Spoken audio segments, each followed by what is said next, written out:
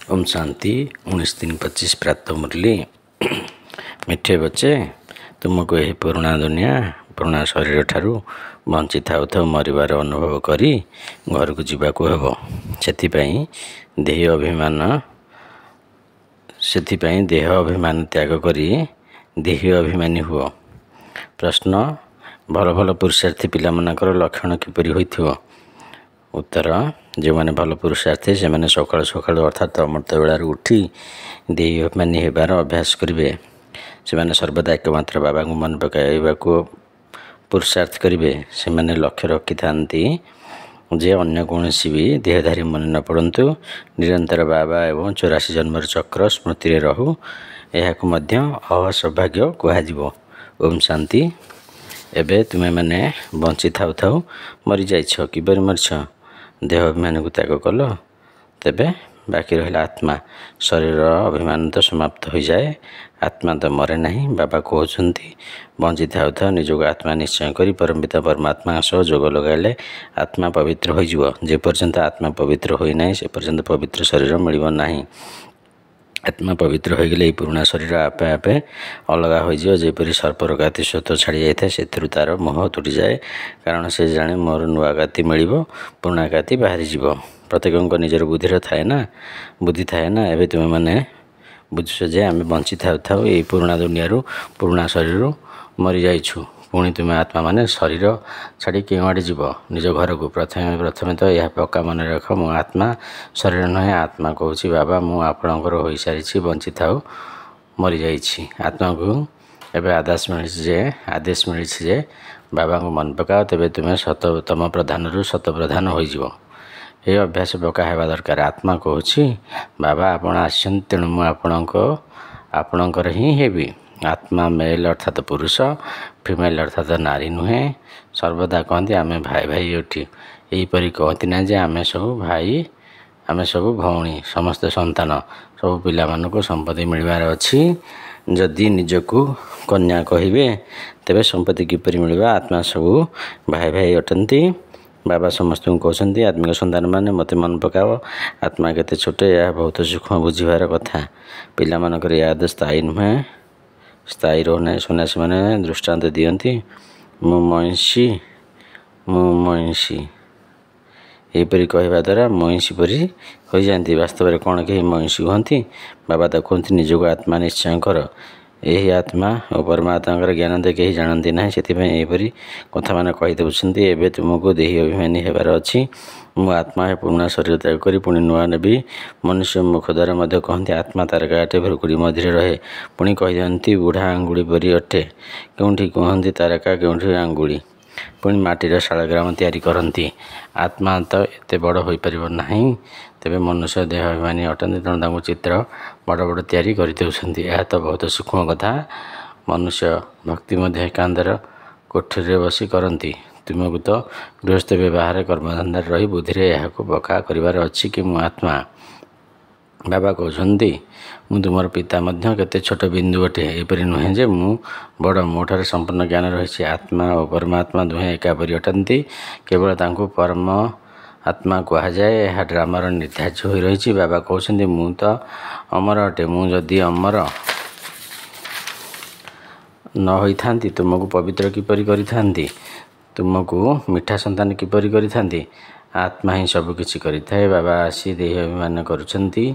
बाबा आसी देही अभिमान करुछंती। एथिरे ही मेहनत करबाक पड़िबो। बाबा कहउछंती मते ही मन पकाओ, अन्य काहाको मन पकाओ नाही। जोगी तो दुनिया रे बहुत अछंती। कन्या जेते बेले विवाह करे तार बुद्धि जोग स्वामी साथी लगी थाए ना। उर्वर कोण एहिपरि थिला कि स्वामी को देखिला परे तांको मन पकाई थाए। एबे बाबा कहउछंती केवल मते मन पका। एही कथार भल भाबरे अभ्यास दरकार। जी भल पुरुषार्थी संतान से सकाळु उठी देही अभिमानी होई रहिबार अभ्यास करती। भक्ति मध्य सकाळु करिथांती ना। निज निजर इष्टदेव को मन पकाइथांती। हनुमान को भी केते पूजा करछंती किंतु किछि जानि नांती। बाबा आसी बुझाउछंती तुमर बुद्धि माकड़ परी हो जाइछि। एबे पुणी तुमे देवता हेउछ। एबे तो पतित तम प्रधान दुनिया अटे। एबे तुमे आसीछ ବେହେଦ ପିତାଙ୍କ ପାଖକୁ। ମୁଁ ତ ପୂର୍ବଜନ୍ମ ରହିତ ଅଟେ। ଏହି ଶରୀର ବ୍ରହ୍ମା ବାବାଙ୍କ ଅଟେ। ମୋର କୌଣସି ଶାରୀରିକ ନାମ ନାହିଁ। ମୋର ନାମ ହେଲା କଲ୍ୟାଣକାରୀ ଶିବ। ତୁମେମାନେ ଜାଣିଛ କଲ୍ୟାଣକାରୀ ଶିବ ବାବା ଆସି ନରକକୁ ସ୍ୱର୍ଗ କରୁଛନ୍ତି। ବାବା କେତେ କଲ୍ୟାଣ କରୁଛନ୍ତି। ନରକର ଏକଦମ ବିନାଶ କରାଇ ଦେଉଛନ୍ତି ପ୍ରଜାପିତା ବ୍ରହ୍ମାଙ୍କ ଦ୍ୱାରା ଏ ସ୍ଥାପନା ହେଉଛି। ଏମାନେ ହେଲେ ପ୍ରଜାପିତା ବ୍ରହ୍ମା ମୁଖବଂଶାବଳୀ। ଚାଲିଲା ବୁଲିଲା ବେଳେ ପରସ୍ପରକୁ ସାବଧାନ କର, ମନମନା ଭାବ। ବାବା କହୁଛନ୍ତି ମୋତେ ମନେ ପକାଇଲେ ବିକ୍ରମ ବିନାଶ ହେବ। ପତିତ ପାବନ ତ ବାବା ଅଟନ୍ତି ନା। ସେମାନେ ଭୁଲରେ ଶିବ ଭଗବାନ ବାଚ ବଦଳରେ କୃଷ୍ଣ ଭଗବାନ ବାଚ ଲେଖିଦେଇଛନ୍ତି। ଭଗବାନ ତ ନିରାକାର ଅଟନ୍ତି। ତାଙ୍କୁ ପରମପିତା ପରମାତ୍ମା କୁହାଯାଏ। ତାଙ୍କର ନାମ ହେଲା ଶିବ। ଶିବଙ୍କର ମଧ୍ୟ ବହୁତ ପୂଜା କରାଯାଏ। ଶିବ କାଶୀ କହି ଚାଲିଥାନ୍ତି। ଭକ୍ତି ମାର୍ଗରେ ଅନେକ ପ୍ରକାର ନାମ ରଖିଦେଇଛନ୍ତି। ରୋଜଗାର ପାଇଁ ଅନେକ ପ୍ରକାର ମନ୍ଦିର ତିଆରି କରିଛନ୍ତି। ତାଙ୍କର ଅସଲ ନାମ ହେଲା ଶିବ। ପୁଣି ସୋମନାଥ ନାମ ରଖିଛନ୍ତି। ସୋମନାଥ ଅର୍ଥାତ୍ ସୋମରସ ପାନ କରାଉଛନ୍ତି, ଜ୍ଞାନ ଧନ ଦେଉଛନ୍ତି। ତାପରେ ଯେତେବେଳେ ପୂଜାରୀ ହୁଅନ୍ତି ତାଙ୍କର ମନ୍ଦିର ତିଆରି କରିବାକୁ କେତେ ଖର୍ଚ୍ଚ କରନ୍ତି, କାରଣ ସେ ସୋମରସ ପାନ କରାଇଛନ୍ତି ନା। ସୋମନାଥଙ୍କ ସହ ସୋମନାଥିନୀ ମଧ୍ୟ ଥିବେ। ଯଥା ରାଜାରାଣୀ ତଥା ପ୍ରଜା ସମସ୍ତେ ସୋମନାଥିନୀ ଅଟନ୍ତି।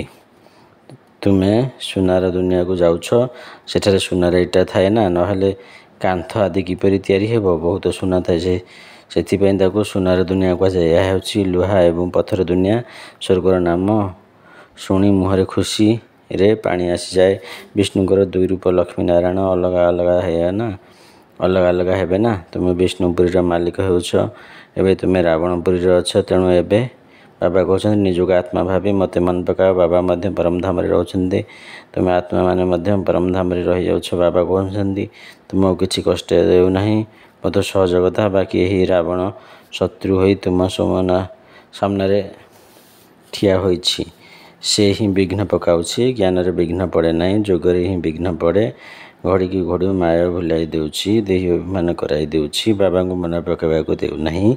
ଏହିପରି ଯୁଦ୍ଧ ଚାଲିଛି। ବାବା କହୁଛନ୍ତି ତୁମେ କର୍ମଯୋଗୀ ଅଟ। ଆଚ୍ଛା, ଦିନରେ ମନେ ପକାଇ ପାରୁନାହିଁ, ତେବେ ରାତିରେ ମନେ ପକାଅ। ରାତିର ଅଭ୍ୟାସ ଦିନରେ କାମରେ ଆସିବ। ନିରନ୍ତର ସ୍ମୃତିରେ ରହୁ। ଯେଉଁ ବାବା ମୋତେ ବିଶ୍ୱର ମାଲିକ କରୁଛନ୍ତି, ମୁଁ ତାଙ୍କୁ ମନେ ପକାଉଛି। ବାବାଙ୍କର ସ୍ମୃତି ଓ 84 ଜନ୍ମର ଚକ୍ର ମନେ ରହିଲେ ସୌଭାଗ୍ୟ। ଅନ୍ୟମାନଙ୍କୁ ବି ଶୁଣାଇବାର ଅଛି। ଭଉଣୀ ଓ ଭାଇମାନେ, ଏବେ କଳିଯୁଗ ପୁରା ହୋଇ ସତ୍ୟଯୁଗ ଆସୁଛି। ବାବା ଆସିଛନ୍ତି ସତ୍ୟଯୁଗ ପାଇଁ ରାଜଯୁଗ ଶିଖାଉଛନ୍ତି। କଳିଯୁଗ ପରେ ସତ୍ୟଯୁଗ ଆସିବ। ଏକ ବାବାଙ୍କ ବ୍ୟତୀତ ଅନ୍ୟ କାହାକୁ ମନେ ପକାନ୍ତୁ ନାହିଁ। ବାନପ୍ରସ୍ଥୀମାନେ ଯାଇ ସନ୍ନ୍ୟାସୀମାନଙ୍କର ସଙ୍ଗ କରନ୍ତି। ବାନପ୍ରସ୍ଥ ଅର୍ଥାତ୍ ସେଠାରେ ବାଣୀର କାମ ନଥାଏ। ଆତ୍ମା ଶାନ୍ତ ଅବସ୍ଥାରେ ରହେ। ଆତ୍ମା କେବେ ଲୀନ ହୋଇପାରିବ ନାହିଁ। ଡ୍ରାମାରୁ କେହି ମଧ୍ୟ ପାର୍ଟ ଧରି ବାହାରି ଯାଇପାରିବେ ନାହିଁ। ବାବା ଏହା ମଧ୍ୟ ବୁଝାଉଛନ୍ତି ଏକା ବାବାଙ୍କ ବ୍ୟତୀତ ଅନ୍ୟ କାହାକୁ ମନେ ପକାଅ ନାହିଁ। ଅନ୍ୟ ସବୁ କିଛି ଦେଖୁଥିଲେ ବି ମନେ ପକାଅ ନାହିଁ। ଏହି ପୁରୁଣା ଦୁନିଆ ତ ବିନାଶ ହୋଇଯିବ। ଏହା ଶ୍ମଶାନ ଭୂମି ଅଟେ ନା। ମୃଦାମାନଙ୍କୁ କେବେ ମନେ ପକାଯାଏ କି? ବାବା କହୁଛନ୍ତି ଏମାନେ ସବୁ ମରିପଡ଼ିଛନ୍ତି। ମୁଁ ଆସୁଛି ପତିତମାନଙ୍କୁ ପାବନ କରି ନେଇଯାଉଛି। ଏଠାରେ ତ ସବୁ ସମାପ୍ତ ହୋଇଯିବ। ଆଜିକାଲି ଯେଉଁ ବମ୍ ଆଦି ତିଆରି କରୁଛନ୍ତି ତାହା ବହୁତ ତୀକ୍ଷ୍ଣ। କହୁଛନ୍ତି ଏଠାରେ ବସି ଯେଉଁଠାକୁ ଛାଡ଼ିବୁ ସେଇଠାରେ ହିଁ ପଡ଼ିବ। ଏହା ପୂର୍ବ ନିର୍ଦ୍ଧାରିତ କଳ୍ପ ପୂର୍ବ ସଦୃଶ ପୂର୍ଣ୍ଣ ବିନାଶ ହେବ। ଭଗବାନ ଆସି ନୂଆ ଦୁନିଆ ପାଇଁ ରାଜଯୋଗ ଶିଖାଉଛନ୍ତି।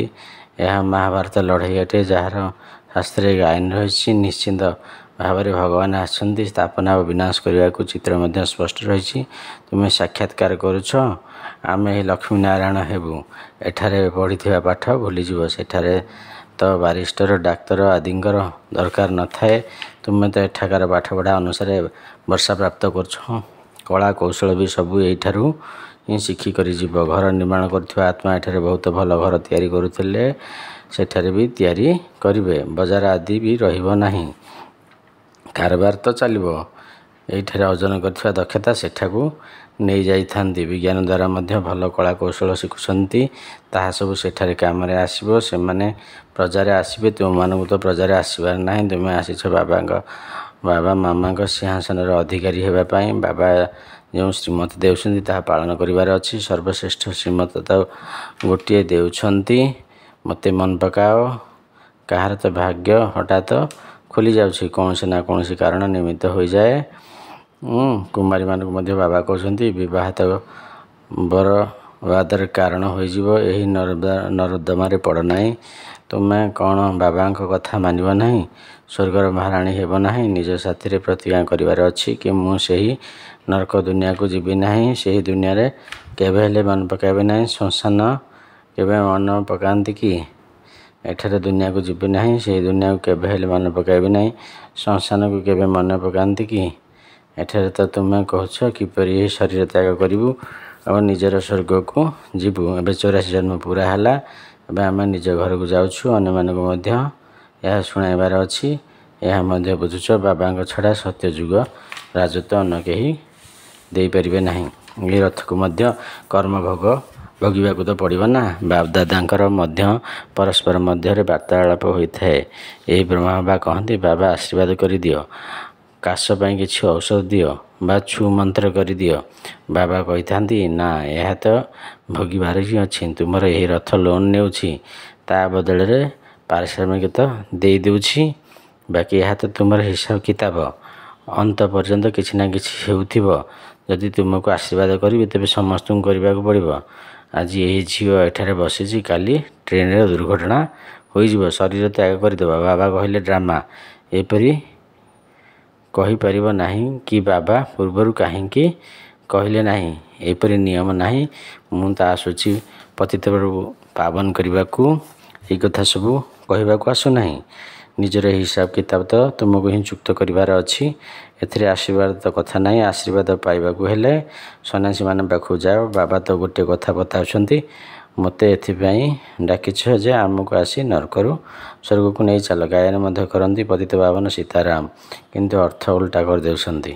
ପୁଣି ରାମଙ୍କର ମହିମା କରୁଛନ୍ତି ରଘୁପତି ରାଘବ ରାଜା ରାମ, ପତିତ ପାବନ ସୀତାରାମ। ବାବା କହୁଛନ୍ତି ଏ ଭକ୍ତି ମାର୍ଗରେ ତୁମେ କେତେ ପଇସା ହରାଇଛ। ଗୋଟିଏ ଗୀତ ମଧ୍ୟ ଅଛି ନା, କ୍ୟା କୌତୁକ ଦିଖା। ଦେବୀମାନଙ୍କର ମୂର୍ତ୍ତି ତିଆରି କରି ପୂଜା କରି ପୁଣି ସମୁଦ୍ରରେ ପକାଇ ଦେଉଛନ୍ତି। ଏବେ ବୁଝି ହେଉଛି କେତେ ପଇସା ବର୍ବାଦ କରୁଛନ୍ତି। ପୁଣି ମଧ୍ୟ କରିବେ। ସତ୍ୟ ଯୁଗରେ ତ ଏପରି କାମ ହୁଏ ନାହିଁ। ସେକେଣ୍ଡ ପରେ ସେକେଣ୍ଡ ଡ୍ରାମା ନିର୍ଦ୍ଧାରିତ ରହିଛି। କଳ୍ପ ପରେ ପୁଣି ଏହା ପୁନରାବୃତ୍ତି ହେବ। ଡ୍ରାମାକୁ ବହୁତ ଭଲ ଭାବରେ ବୁଝିବା ଦରକାର। ଆଚ୍ଛା, କେହି ଅଧିକ ମନେ ପକାଇ ପାରୁନାହାନ୍ତି? ତେବେ ବାବା କହୁଛନ୍ତି କେବଳ ଅଲଫ ଆଉ ବେ ବାବା ଓ ବାଦଶାହକୁ ମନେ ପକାଅ। ଅନ୍ତରେ ସର୍ବଦା ଏହି ଚିନ୍ତନ ଚାଲୁଥିବୁ ଯେ ଆମେ ଆତ୍ମା କିପରି 84 ଚକ୍ର ଲଗାଇ ଆସିଛୁ। ଚିତ୍ର ଉପରେ ବୁଝାଅ, ବହୁତ ସହଜ হবে। ଏହା ରୁହାନୀ ପିଲାମାନଙ୍କ ସହିତ ଆତ୍ମିକ ବାର୍ତ୍ତାଳାପ। ବାବା ପିଲାମାନଙ୍କ ସାଥିରେ ବାର୍ତ୍ତାଳାପ କରୁଛନ୍ତି, ଅନ୍ୟ କାହା ସହିତ ତ କରିପାରିବେ ନାହିଁ। ବାବା କହୁଛନ୍ତି ନିଜକୁ ଆତ୍ମା ନିଶ୍ଚୟ କର। ଆତ୍ମା ହିଁ ସବୁକିଛି କରୁଛି। ବାବା ମନେ ପକାଇ ଦେଉଛନ୍ତି ତୁମେ 84 ଜନ୍ମ ନେଇଛ, ମନୁଷ୍ୟ ହିଁ ହେଉଛ। ଯେପରି ବାବା ଅଧ୍ୟାଦେଶ ଜାରି କରୁଛନ୍ତି ଯେ ବିକାରୀ ହୁଅ ନାହିଁ, ସେହିପରି ଏହି ଅଧ୍ୟାଦେଶ ମଧ୍ୟ ଜାରି କରୁଛନ୍ତି ଯେ କାହାରିକୁ କାନ୍ଦିବାର ନାହିଁ। ସତ୍ୟଯୁଗ ତ୍ରେତାରେ କେବେ କେହି କାନ୍ଦନ୍ତି ନାହିଁ। ଛୋଟ ପିଲା ବି କାନ୍ଦିବେ ନାହିଁ। ଡ୍ରାମାରେ କାନ୍ଦିବାର ନିୟମ ନାହିଁ। ତାହା ହେଉଛି ହର୍ଷିତ କରିବାର ଦୁନିଆ, ରହିବାର ଦୁନିଆ। ସେଠିକାର ସବୁ ଅଭ୍ୟାସ ଏଇଠାରେ ହିଁ କରିବାକୁ ହେବ। ଆଚ୍ଛା, ମିଠା ମିଠା ଶିଖିଲେ ସନ୍ତାନମାନଙ୍କ ପ୍ରତି ମାତୃପିତା ବାପଦାଦାଙ୍କର ମଧୁର ସ୍ନେହ ସମ୍ପନ୍ନ ଶୁଭେଚ୍ଛା ଏବଂ ସୁପ୍ରଭାତ। ଆତ୍ମିକ ପିତାଙ୍କର ଆତ୍ମିକ ସନ୍ତାନମାନଙ୍କୁ ନମସ୍ତେ। ଧାରଣା ପାଇଁ ମୁଖ୍ୟ ସାର। ହଜବେଣ୍ଡ ବାବାଙ୍କ ଠାରୁ ଆଶୀର୍ବାଦ ମାଗିବା ପରିବର୍ତ୍ତେ ଯୋଗର ଯାତ୍ରା ଦ୍ୱାରା ନିଜର ସମସ୍ତ ହିସାବ କିତାବ ଚୁକ୍ତ କରିବାକୁ ହେବ। ପାବନ ହେବାର ପୁରୁଷାର୍ଥ କରିବାକୁ ହେବ। ଏ ଡ୍ରାମାର ରହସ୍ୟ ଯଥାର୍ଥ ଭାବେ ବୁଝିବାକୁ ହେବ। ସେକେଣ୍ଡ ପଏଣ୍ଟ, ଏ ପୁରୁଣା ଦୁନିଆକୁ ଦେଖୁଥିଲେ ମଧ୍ୟ ମନେ ପକାଇବାର ନାହିଁ। ସର୍ବଦା କର୍ମଯୋଗୀ ହେବାକୁ ହେବ। ସଦାସର୍ବଦା ହସିତ ରହିବାର ଅଭ୍ୟାସ କରିବାକୁ ହେବ। କେବେ ବି କାନ୍ଦିବାର ନାହିଁ। ବରଦାନ, ଘର ଗୃହସ୍ଥ ଭିତରେ ରହି ମୋର ପଣିଆକୁ ତ୍ୟାଗ କରିଥିବା ସଚ୍ଚା ଟ୍ରଷ୍ଟି ମାୟାବତୀ ଭାବ ବିସ୍ତାର। ଯେପରି ଅଳିଆ ଆବର୍ଜନା ଭିତରେ ପୋକ ଜୋକ ଜନ୍ମ ନେଇଥାନ୍ତି, ସେହିପରି ଯେତେବେଳେ କୌଣସି ମୋର ପଣିଆ ଆସୁଛନ୍ତି ସେତେବେଳେ ହିଁ ମାୟା ଜନ୍ମ ନେଉଛି। ତେଣୁ ମାୟାବତୀ ହେବାର ସହଜ ଉପାୟ ହେଲା ନିଜକୁ ସର୍ବଦା ଟ୍ରଷ୍ଟି ଅର୍ଥାତ୍ ନିମିତ୍ତ ମନେ କରିବା। ବ୍ରହ୍ମକୁମାର ଅର୍ଥ ଟ୍ରଷ୍ଟି। ଟ୍ରଷ୍ଟିର କାହା ସହିତ ମୋହ ନଥାଏ, କାରଣ ତା ଭିତରେ ମୋର ପଣିଆ ନଥାଏ। ଯଦି ଗୃହସ୍ଥୀ ମନେ କରିବ ତେବେ ମାୟା ଆସିବ ଏବଂ ଟ୍ରଷ୍ଟି ମନେ କଲେ ମାୟା ଚାଲିଯିବ। ସେଥିପାଇଁ ମୋର ପଣିଆ ଠାରୁ ନିଆରା ହୋଇ ଯଦି ଘର ଗୃହସ୍ଥ କାର୍ଯ୍ୟ କରିବ ତେବେ ମାୟା ପ୍ରୁଫ୍ ଅର୍ଥାତ୍ ମାୟା ଠାରୁ ସୁରକ୍ଷିତ ରହିପାରିବ। ସ୍ଲୋଗାନ ଯେଉଁଠାରେ ଅଭିମାନ ଅଛି ସେଠାରେ ଅପମାନର ଅନୁଭବ ନିଶ୍ଚିତ ହେବ। ଓମ୍ ଶାନ୍ତି। ଅବ୍ୟକ୍ତ ଈଶ୍ୱର ସତ୍ୟତା ଏବଂ ସଭ୍ୟତା ରୂପୀ ସଂସ୍କୃତିକୁ ଆପଣାଅ। 24 ନମ୍ବର ପେଜ। ଆପଣଙ୍କର ଆନ୍ତରିକ ସ୍ୱଚ୍ଛତା ସତ୍ୟତା ଉଠିବା ବସିବା ସମୟରେ ବାଣୀର ସେବା କରିବା ଅନ୍ୟମାନଙ୍କୁ ଅନୁଭବ ହେଉ, ତେବେ ପରମାତ୍ମା ପ୍ରତ୍ୟକ୍ଷତାର ନିମିତ୍ତ ହୋଇଯିବ। ସେଥିପାଇଁ ପବିତ୍ରତାର ଦୀପ ସର୍ବଦା ଜଳୁଥାଉ, ଟିକିଏ ବି ହଲଚଲ ନ ହେଉ। ଯେତେ ପବିତ୍ରତାର ଦୀପ ଅଚଳ ହେବ ସେତେ ସହଜ ବାବାଙ୍କୁ ଚିହ୍ନିପାରିବ। ଓମ୍ ଶାନ୍ତି।